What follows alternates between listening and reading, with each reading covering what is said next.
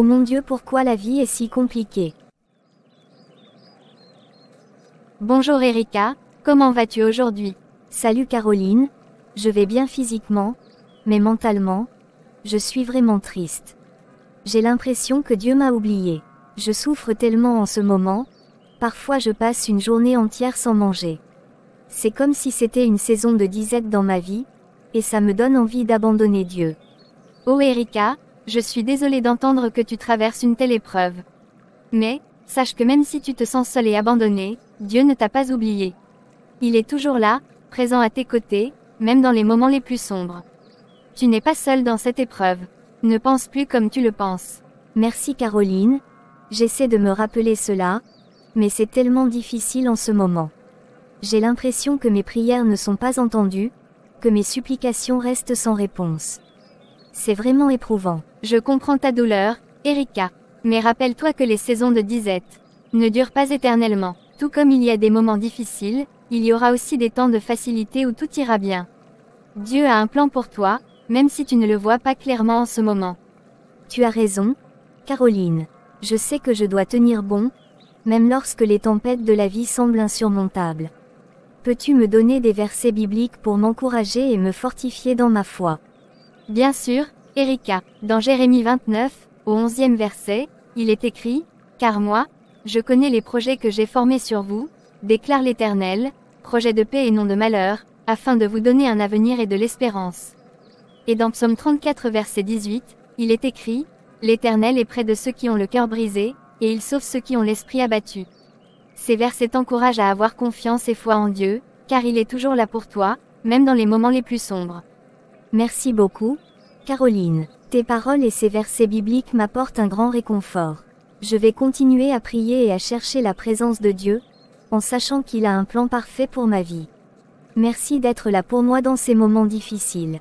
De rien, Erika, je serai toujours là pour toi, pour t'encourager, te soutenir et prier avec toi. N'oublie pas que même au milieu de la tempête, Dieu est là, fidèle et compatissant. Tiens bon, ma chère amie, car la lumière viendra après l'obscurité. Viens dans mes bras.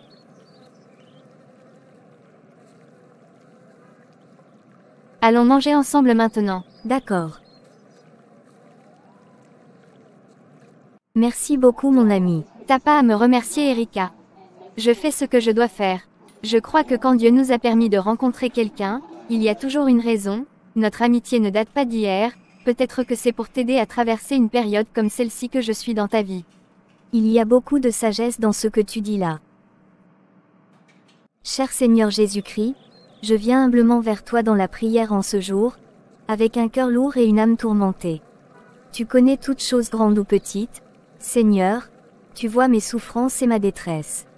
J'ai traversé des temps difficiles, des saisons de disette où la faim et la solitude ont assailli mon être. Père Céleste, je te supplie de tout mon être de me venir en aide. Je suis dans le besoin de travailler, Seigneur, car ma situation actuelle me pèse et m'oppresse. Les portes se ferment, les opportunités se font rares, et la peur de l'avenir m'envahit. Mais je sais, ô Seigneur, que tu es le pourvoyeur de toute grâce et de toute bénédiction. Je mets entre tes mains, Seigneur, mes craintes, mes angoisses et mes incertitudes. Donne-moi la force et la persévérance de continuer à chercher, à espérer et à croire en ta providence divine. Ouvre pour moi, Seigneur, des portes que nul ne peut fermer, des chemins que nul ne peut barrer. Que ta volonté soit faite, ô Seigneur, dans ma vie. Que ton plan parfait se manifeste pour moi, dans ta grâce infinie et ta miséricorde incommensurable. Accorde-moi, Seigneur, la possibilité de travailler honnêtement, de subvenir à mes besoins et d'être une source de bénédiction pour les autres. Je m'abandonne entièrement à toi, Seigneur Jésus-Christ, confiant en ton amour inébranlable et en ta puissance souveraine. Que ma foi demeure ferme, que mon espérance reste vivante, et que ma confiance en toi demeure inébranlable, même au milieu des tempêtes de la vie. Au nom puissant de Jésus-Christ, j'adresse cette prière, en sachant que tu entends les supplications de tes enfants et agis selon ta volonté parfaite. Amen. Bonjour Monsieur Calixte, je vous remercie de me recevoir pour cette entrevue. Je suis très intéressée par le poste de secrétaire que vous avez à pourvoir dans votre école. Bonjour Erika, ravi de vous rencontrer. Votre CV est vraiment impressionnant, vous semblez avoir les compétences nécessaires pour ce poste. Mais pour être tout à fait honnête avec vous, il y a un critère supplémentaire pour obtenir ce travail. Un critère supplémentaire. Je ne comprends pas bien, Monsieur Calixte. Pouvez-vous m'en dire plus? Eh bien, Erika, vous êtes une femme très belle et attirante. J'aimerais vous proposer de passer une nuit avec moi, en échange du poste de secrétaire dans notre école. Vous seriez d'accord, n'est-ce pas? Monsieur Calixte, je suis profondément troublée par vos propos. Je suis venue ici pour postuler à un emploi en fonction de mes compétences et de mon expérience, et non pour faire l'objet d'avances inappropriées. Je vous demande le respect et la considération qui me sont dus en tant que candidate. Oh, ne vous offusquez pas, Erika. C'est une simple proposition, rien de plus. Vous seriez surprise des opportunités qui pourraient s'ouvrir à vous si vous acceptiez. Monsieur Calixte, je refuse catégoriquement de céder à ce genre de propositions déplacées.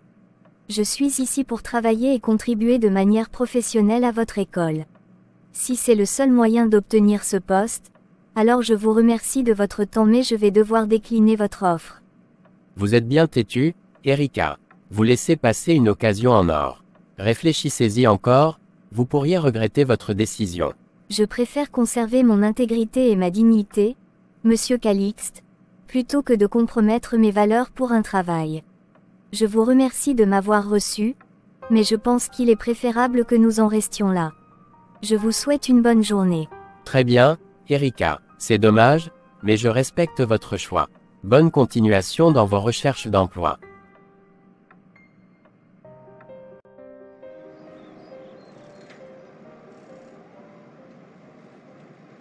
Seigneur, si cette vie est mon partage, à quoi bon de continuer à vivre? Si c'est ça ton plan pour moi, pourquoi m'avoir adopté comme ta fille? J'attends à ce que ma vie change, je ne me sens pas confortable. Seigneur, est-ce que c'est la faute de mes parents? Ou est-ce que c'est parce que j'avais commis le péché que tu connais, il y a 3 ans de cela? Je me sens incapable de continuer comme ça. Mon Dieu, je viens humblement devant toi pour te demander ton aide et ta directive dans ma quête d'une secrétaire pour l'orphelinat que je souhaite créer. Je sais que tu es un Dieu d'amour et de compassion, et que tu veilles sur ceux qui sont dans le besoin. Seigneur, je te prie de m'envoyer une personne qui partage ma foi en toi, qui a la crainte de Dieu et qui saura soutenir notre mission d'aider les orphelins et les plus vulnérables. Aide-moi à trouver quelqu'un qui a un cœur généreux, une attitude bienveillante et un esprit dévoué. Guide-moi dans mes recherches, Seigneur, ouvre les bonnes portes et éclaire mon chemin vers la personne que tu as choisie pour ce travail important. Donne-moi la sagesse et la patience nécessaires pour sélectionner la personne qui sera la mieux adaptée à ce rôle. Je place ma confiance en toi, ô Seigneur, et je te remercie d'avance pour ta réponse à ma prière. Que ta volonté soit faite dans ma recherche de cette secrétaire, et que tout se fasse pour ta gloire et le bien-être des enfants que nous avons pour mission d'accompagner. Amen. Au moins Seigneur, dis quelque chose soit dans un songe, ou par n'importe quel autre moyen, dis-moi pour combien de temps je suis dans cette saison. Oh, c'est Erika, mais bien sûr, c'est Erika qui est de l'autre côté. Erika, comment allez-vous? Ça ne va pas trop bien, parce que je viens de passer une entrevue pour un poste de secrétaire, le monsieur qui recrute veut coucher avec moi d'abord. Oh, je suis désolé de l'apprendre. Monte dans la voiture, car j'ai une proposition à vous faire. D'accord. J'ai ouvert récemment un orphelinat pour aider les enfants dans le besoin et je suis à la recherche d'une secrétaire principale pour m'aider à gérer les tâches administratives. Seriez-vous intéressé par ce poste? C'est une proposition intéressante vraiment, mais j'aimerais en savoir plus sur les détails du poste. Bien sûr, le salaire proposé pour ce poste pourrait aller jusqu'à 25 000 $ par mois. En plus de cela, nous offrons un logement sur place pour vous permettre d'être proche des enfants que nous accueillons. De plus, vous aurez à votre disposition une voiture pour faciliter vos déplacements. C'est vraiment généreux de votre part, Pasteur Max. Je suis touché par votre proposition. Travailler dans un orphelinat serait une expérience très enrichissante et significative. Je suis convaincu qu'avec votre sens de l'organisation, votre gentillesse et votre dévouement, vous seriez la personne idéale pour ce poste. Votre présence ici serait d'une grande aide pour notre mission. Merci beaucoup. Je suis intéressé vraiment, et j'accepte volontiers. Erika, sachez que vous seriez plus qu'une secrétaire ici, vous seriez une partie importante de notre famille. N'hésitez pas à me poser des questions si vous en avez.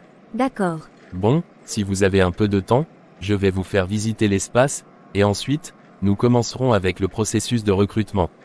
Oui, pas de souci.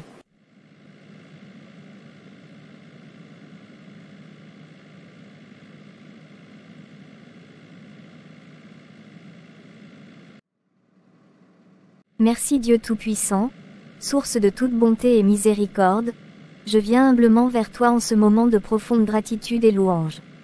Tu es le Créateur de toutes choses grandes ou petites, le Guide suprême qui veille sur chacun de nous avec amour et bienveillance. Je te remercie du fond de mon cœur pour les bénédictions innombrables que tu as répandues sur ma vie. Seigneur, je te remercie infiniment pour ta grâce infinie, pour m'avoir accordé force et courage afin de résister à la tentation et de rester fidèle à mes principes et à ma dignité. Tu m'as protégé et donné la sagesse de faire face à l'adversité, de refuser ce qui était mal et injuste. Je me sens enveloppé de ta lumière divine, guidé par ta main aimante sur le chemin de l'intégrité et de la vérité.